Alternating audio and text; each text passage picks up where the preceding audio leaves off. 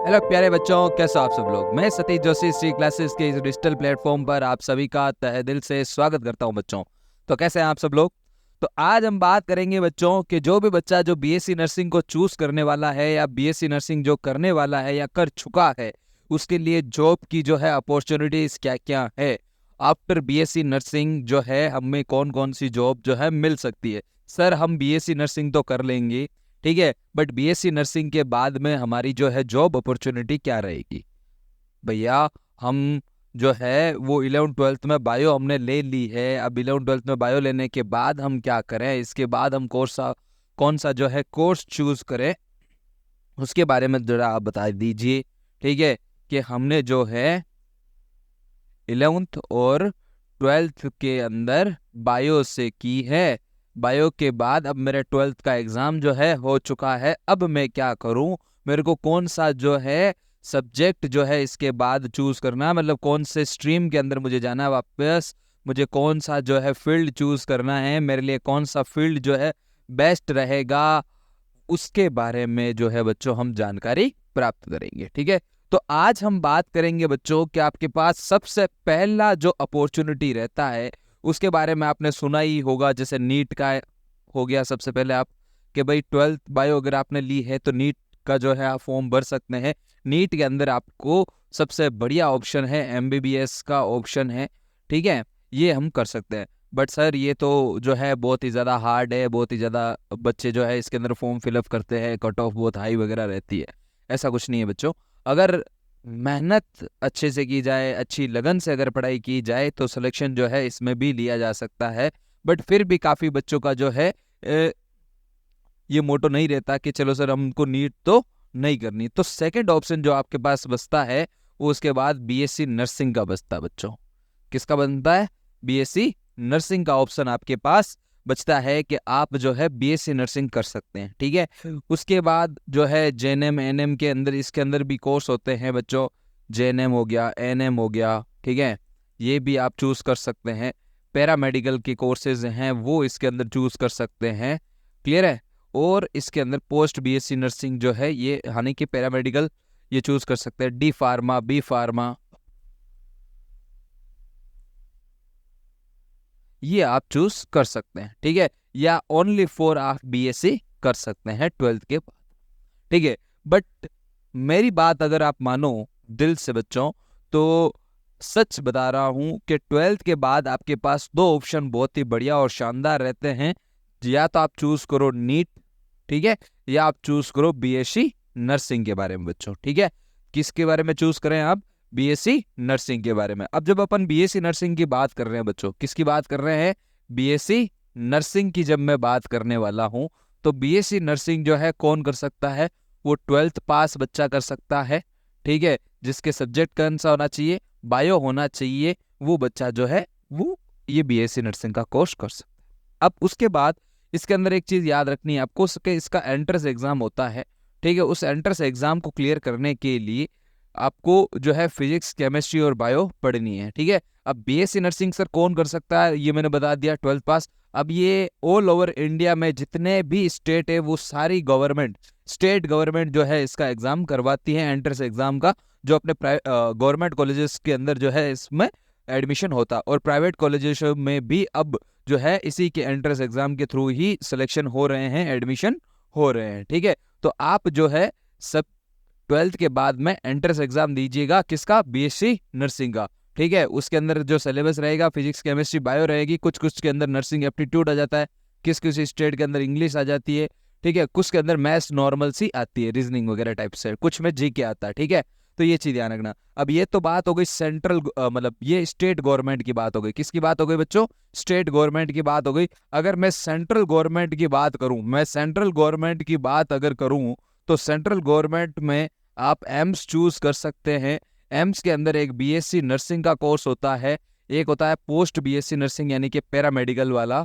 ठीक है, तो ये जो बीएससी नर्सिंग है वो ओनली फॉर बच्चा सिर्फ और सिर्फ गर्ल्स के लिए रहेगी, और ये पैरामेडिकल वाले कोर्सेज गर्ल्स और बॉयज दोनों के लिए रहेगी। ठीक है, तो आपका स्टेट गवर्नमेंट और प्लस आपकी जो है सेंट्रल गवर्नमेंट, दोनों में इसका जो है ऑप्शन रहता है कि आप बीएससी नर्सिंग दोनों से कर सकते हैं। आप चाहो तो सेंट्रल गवर्नमेंट से कर सकते हो, आप चाहो तो स्टेट गवर्नमेंट से भी कर सकते हो। वो आपको एक पेपर क्लियर करना होगा। एम्स अपना पेपर अलग से करवाता है, बाकी ये स्टेट जो है, अदर स्टेट जो है वो अपने पेपर जो है अलग से करवाते हैं। ये चीज याद रखना। सिलेबस जो है सेम रहता है। एक RUHS यानी कि राजस्थान बीएससी नर्सिंग का एग्जाम छोड़ के इसमें ओनली 4 जो है बच्चों 12th आती है। बाकी सभी के अंदर जैसे एम्स की अगर हम बात करें तो एम्स में 11th प्लस 12th आती है, ठीक है। और इन्हीं स्टेट के अंदर 11th प्लस 12th आती है। खाली एक RUHS के अंदर बच्चों 12th ही आती है। यानी कि राजस्थान गवर्नमेंट के अंदर जो स्टेट गवर्नमेंट का जो एग्जाम होता है बीएससी नर्सिंग का, उसमें ओनली 4 जो है 12th आती है। बाकी सब के अंदर 11th और 12th का सिलेबस आता है। अब एडिशनल कुछ कुछ के अंदर जो है नर्सिंग एप्टीट्यूड होता है, कुछ के अंदर इंग्लिश होती है, कुछ के अंदर नॉर्मल सी रीजनिंग वगैरह या मैथ्स टाइप का कुछ होता है, ठीक है। वो बहुत ही कम स्टेट के अंदर होता है। बाकी ज्यादातर स्टेट के अंदर जो है वो 3 सिलेबस मेनली रहते हैं। मतलब सिलेबस के अंदर 3 सब्जेक्ट रहते हैं आपके, फिजिक्स, केमिस्ट्री एंड बायो बच्चों, ठीक है।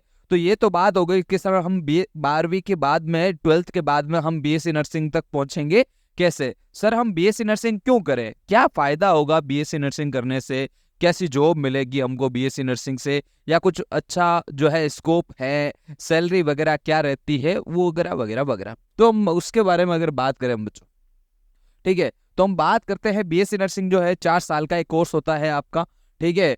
अगर आप इस बीएससी नर्सिंग का 4 साल, देखो सबसे पहले आपको क्या करना है, 12th करनी है, ठीक है, बायो से। 12th बायो से आपने की है, उसके बाद आप ये कोर्स कर सकते हैं, कौन सा, बीएससी नर्सिंग का। अब बीएससी नर्सिंग के अंदर 2 ऑप्शन हो जाते हैं। जब आपके 4 साल कंप्लीट हो जाते हैं तो 4 साल के बाद में आपका पहला ऑप्शन रहता है, अगर आप चाहते हैं कि आप फर्दर स्टडी करना, तो आप एमएससी कर सकते हैं या पीएचडी कर सकते हैं। एमएससी हो सकती है, पीएचडी हो सकती है। एमएससी जब हो जाती है इसके अंदर आप जो है प्रोफेसर वगैरह बन सकते हैं, professor in nursing colleges central government के अंदर, जैसे एम्स आती है, या स्टेट गवर्नमेंट के अंदर जितनी भी कॉलेजेस हैं उनके अंदर जो है आप प्रोफेसर के तौर पर नियुक्त हो सकते हैं बच्चों, अगर एमएससी कर रखा, मतलब आप टीचिंग फील्ड के अंदर जाना चाहते हैं तो। या अगर आप चाहते हैं कि नहीं मैं मेरे फील्ड के अंदर रहना चाहता हूं, मेरे को क्लिनिकल जॉब चाहिए, तो आप गवर्नमेंट एग्जाम की तैयारी करें, ठीक है। तो गवर्नमेंट जॉब के बारे में आपने देखो, एज पर नर्सिंग ऑफिसर, यानी कि आपका जो सपना है वो बच्चा एक ऑफिसर बनने का रहेगा। और वो ऑफिसर कौन सा रहेगा, नर्सिंग ऑफिसर बोला जाता है उसे। क्या बोला जाता है बच्चों, नर्सिंग ऑफिसर। क्या बोलोगे आप, नर्सिंग ऑफिसर। अब इस नर्सिंग ऑफिसर के अंदर जो है कौन कौन सी जॉब हो सकती है, कौन कौन से फील्ड में हम जा सकते हैं, उनके बारे में हम डिस्कस करेंगे बच्चों। तो हम सबसे पहले हम डिस्कस करते हैं नॉर्सेट के बारे में। नॉर्सेट का एक एग्जाम होता है आपका बीएससी नर्सिंग के बाद में। कौन सा एग्जाम होता है नॉर्सेट का, किसके बाद में, बीएससी नर्सिंग के बाद में आपका नॉर्सेट का एग्जाम होता है। नॉर्सेट का एग्जाम कौन करवाता है, ये एम्स करवाता है। और इसके अंदर क्या बनते हो आप, नर्सिंग ऑफिसर बनते हो। क्या बनते हो बच्चों, नर्सिंग ऑफिसर बनते हो। इसमें बॉयज और गर्ल्स दोनों जो है एप्लीकेबल होंगे, ठीक है। और उसके बाद इसके जो पर मंथ की जो सैलरी है वो 80,000 से लेके 1.5 लाख तक जो है, 1.50 यानी कि 1,50,000 की जो है सैलरी रहेगी बच्चों। समझ में आ रही है आपको सैलरी, 80,000 से 1.5 लाख तक जो है आपका पेमेंट रहेगा पर मंथ का बच्चों, ये कह रहे हैं। मतलब अगर 1 लाख भी पेमेंट होता है तो साल के 12 महीने यानी कि 12 लाख रुपए आपके खाते में आएंगे, ठीक है। ये जो है इसके अंदर जॉब अपॉर्चुनिटी है। ये पहली जॉब हो गई नॉर्सेट की एम्स के बारे में। किसके बारे में बच्चों, एम्स के बारे में हो गई, ठीक है। नेक्स्ट ऑप्शन, नेक्स्ट ऑप्शन हम चूज कर सकते हैं मिलिट्री, यानी कि डिफेंस के अंदर हम जा सकते हैं। किसके अंदर जा सकते हैं, डिफेंस के अंदर। देखो जैसे एयरफोर्स हो गया, नेवी हो गया और आर्मी हो गया, ठीक है। एयरफोर्स, नेवी और आर्मी के अंदर भी जो है नर्सिंग ऑफिसर की जॉब आती है। इनके खुद के जो है अलग से जो क्या कहते हैं हॉस्पिटल होते हैं, आपने सुने होंगे मिलिट्री हॉस्पिटल। मिलिट्री हॉस्पिटल अलग से होते हैं जो मिलिट्री वालों के लिए ही होते हैं, ओनली फॉर। तो उनके अंदर स्पेशल जॉब लगती है, तो उनके लिए भी आप एलिजिबल होंगे, ठीक है। उनका पेमेंट रहता है 1 लाख पर मंथ बच्चों, ठीक है। 1 लाख पर मंथ आपका पेमेंट होगा, अच्छा खासा पेमेंट है, ठीक है। डरने की कोई आवश्यकता नहीं है इसमें। उसके बाद हम बात करें अगर आरआरबी की, आरआरबी होती है रेलवे, कौन सी होती है बच्चों, रेलवे की बात करें तो रेलवे खुद के हॉस्पिटल होते हैं। जब रेलवे जो है जॉब देता है किसी भी कर्मचारी को, मतलब जो जॉब अपॉर्चुनिटी होती है रेलवे में, बहुत सारी जॉब्स होती है, उन सभी को जो है फैसिलिटी देता है हॉस्पिटल की। तो उन रेलवे कर्मचारियों के लिए अलग से हॉस्पिटल होते हैं जो सिर्फ और सिर्फ रेलवे कर्मचारियों के लिए होते हैं। तो उनके अंदर जो है आपकी जॉब लग सकती है बच्चों, और उनका पेमेंट भी 80,000 से 1 लाख के बीच में होता है बच्चों। तो ये तीसरा ऑप्शन हो गया आपके पास, ठीक है। नेक्स्ट अगर हम बात करें स्टाफ नर्स, यानी कि नर्सिंग ऑफिसर के बाद आप स्टाफ नर्स बन सकते हैं, और वो भी किसके अंदर, देखो स्टेट हॉस्पिटल के अंदर इसकी वैकेंसी आती है। डिस्ट्रिक्ट लेवल पे आएगी, ब्लॉक लेवल पे, विलेज लेवल पे, टॉप सिटीज के अंदर और डिविजन्स के अंदर। और इसकी सैलरी रहती है 50 to 60 लाख पर मंथ बच्चों। यस, ठीक है। ये अब सोचो आप कितने हॉस्पिटल्स हैं, अगर खाली एक स्टेट की अगर तुम बात करो तो कितने हॉस्पिटल्स हो जाते हैं। अगर बड़ी बड़ी मेट्रो सिटीज के अंदर बात करो तो उनके अंदर 2 गवर्नमेंट हॉस्पिटल्स होते हैं, ठीक है। तो वहां वैकेंसियां हो सकती है। आप उनके डिवीजन के ऊपर जाओगे तो मिलेगी आपको, तहसील के ऊपर जाओगे तो मिलेगा, डिस्ट्रिक्ट वाइज जिले के हिसाब से अगर आप जाओगे तो आपको हॉस्पिटल्स मिलेंगी, ठीक है। ब्लॉक लेवल, गांव यानी कि विलेज लेवल के अंदर भी जाओगे तो विलेज में भी हॉस्पिटल्स रहते हैं। तो खूब सारी वैकेंसियां निकलती है बच्चों हर साल, ठीक है। तो स्टाफ नर्स की जो है वो गवर्नमेंट जॉब जो है वो भी आपके लिए बेस्ट अपॉर्चुनिटी रहती है बच्चों। उसके बाद देखो, जब जैसे हम बात करते हैं एम्स की, देखो सुनो कि एक तो गवर्नमेंट जॉब जो होती है एक सेंट्रल गवर्नमेंट हो जाती है और एक हो जाती है तुम्हारा स्टेट गवर्नमेंट। जैसे एम्स की हम बात करें तो एम्स अपने आप में एक अलग से हॉस्पिटल हो गया, ठीक है। वो अपने आप में एक अलग से बोर्ड हो गया, उसी के अकॉर्डिंग, ठीक है। 4 जो बोर्ड है वो अलग से होते हैं। 4 कौन कौन से, एक होता है तुम्हारा PGI-MR, ठीक है, MER, ठीक है। ये जो चंडीगढ़ और लखनऊ में 2 हॉस्पिटल है बच्चों इस नाम से, क्लियर है। ये इन 2 हॉस्पिटल के अंदर इनकी अलग से वैकेंसियां आती है, ठीक है। बाकी अलग स्टेट, वो की जो स्टेट लेवल की वैकेंसियां वो अलग है, और इन चारों की वैकेंसियां जो है वो अलग से होती है। ये इनका पेपर जो है ये खुद कंडक्ट करवाते हैं। BHU, ठीक है, जो वाराणसी के अंदर है, ये चंडीगढ़ और लखनऊ में है, और ये वाराणसी में। ये आपका DSSB ये दिल्ली के अंदर है बच्चों, और एक होता है तुम्हारा RML जो दिल्ली और लखनऊ दोनों में, ठीक है। तो इन चारों के अंदर जो है अलग से वैकेंसियां निकलती है और अलग से जो है जॉब अपॉर्चुनिटीज होती है बच्चों, ठीक है। वही BSc नर्सिंग, इसमें जो रहेगा आपके क्या रहेगा, नर्सिंग ऑफिसर रहेंगे। क्या रहेंगे हम, नर्सिंग ऑफिसर की रैंक पर मिलेंगे, ठीक है। अब बात करते हैं हम टीचिंग की। हालांकि स्टार्टिंग में बात की थी, तो टीचिंग के अंदर देखो जैसे आप नर्सिंग कॉलेजेस के अंदर जा सकते हैं, NM JNM कॉलेज के अंदर BSc nursing, post BSc nursing या MSc नर्सिंग कॉलेजेस के अंदर जो है आप टीचर बन सकते हैं। और इसके अंदर भी दोनों है बच्चों, एम्स अपना खुद का एग्जाम अलग से करवाता है, स्टेट गवर्नमेंट अपना अलग से करवाता है, मतलब सेंट्रल और स्टेट दोनों की वैकेंसी आती है।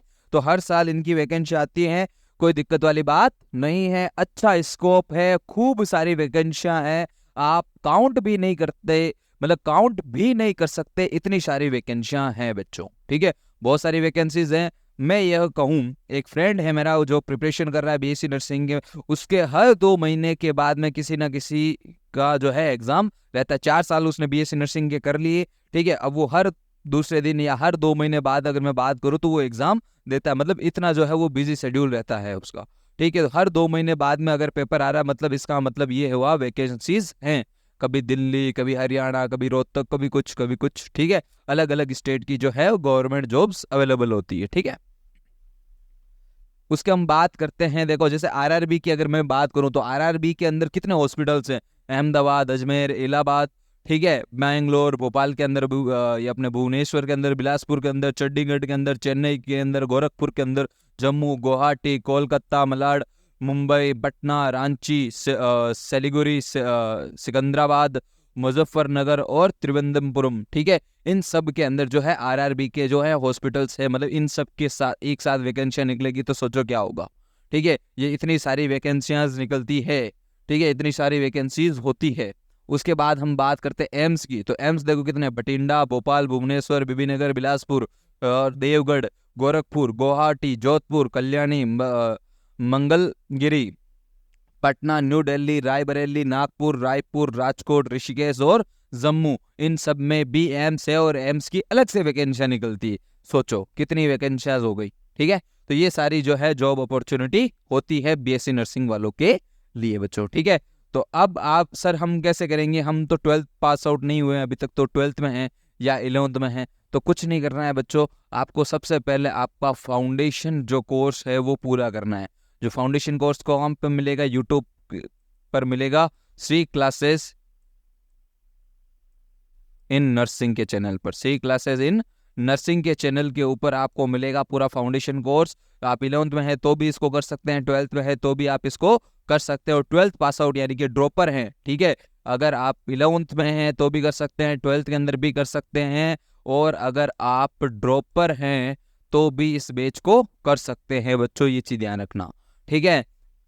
प्लस मैं आपको समय समय पर जो है अपडेट देता रहूंगा किस किस के अंदर जो है कौन कौन सी वैकेंसीज आई है, प्लस ये भी अपडेट देता रहूंगा कि कौन कौन स्टेट जो है वो बीएससी नर्सिंग का एग्जाम करवा रहा है, ठीक है। तो इस सब की संपूर्ण जानकारी के लिए आपको कुछ नहीं करना, प्यार से यूट्यूब हमारा चैनल जो है उसको सब्सक्राइब कर दीजिएगा, ठीक है। वीडियो अच्छा लगे तो लाइक जरूर कीजिएगा बच्चों, ठीक है, क्योंकि प्यार मोहब्बत वाली बातें हैं करनी जरूरी होती है, ठीक है। तो लाइक जरूर करेंगे, ठीक है, क्या करेंगे, लाइक जरूर करेंगे बच्चों, ठीक है। तो tata bye bye and see you, मिलते हैं बहुत जल्दी अगले नेक्स्ट वीडियो के साथ अपने, तब तक के लिए गुड बाय।